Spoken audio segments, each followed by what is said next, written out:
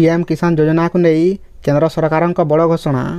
PM किसान योजनार 22तम किस्ती खूब शीघ्र चाषी मान खातार जमा होगा जाऊँगी।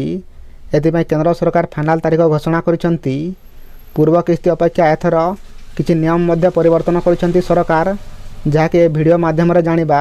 ता सह 22तम किस्ती केबे आसीबो एवं केउ माननकु मिलिबा एवं केउ माननकु मिलिबो नाही ता मध्य जानिबा। सेथिपाई वीडियो को शेष पर्यंत देखंतु। ता सहित आम चैनल को मध्य सब्सक्राइब करंतु। प्रधानमंत्री किसान योजना अधीन रे चाषी माननकु वार्षिक सहायता मिली थाए। एही योजना अधीन रे चाषी माने वार्षिक 6000 टंका पाई थांती। एही टंका जहाँकि 3टी किस्ती रे 2000 कर दिया जाय थाए। वर्तमान सुधा केंद्र सरकार पीएम किसान योजना अधीन रे 21टी किस्ती प्रदान कर सारिचंती। एबे समस्त चाषी 22तम किस्ती को अपेक्षा कर रहिचंती। तेबे एही टंका मार्च 13 तारीख अर्थात शुक्रवार रे घोषणा करिवे सरकार।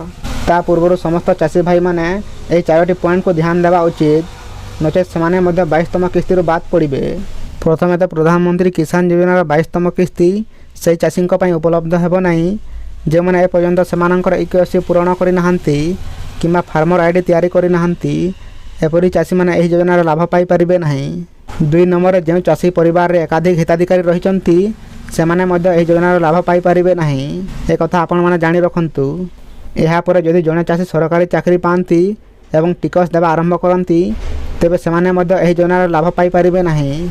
4 नंबर रे जदि जणे चाषी अन्य एक सरकारी योजना अधीन रे 10,000 टंका पेंशन पाइबा आरंभ करंती तेबे सेमानंकु मध्य पीएम किसान योजनार लाभ मिलिबो नाही। ए कथा आपण जानि रखंतु। जदि एही सब आपणकर ठीक अछि ताले आसंता 13 तारिख रे 22तम किस्तीर लाभ उठाई पारिबे आपण।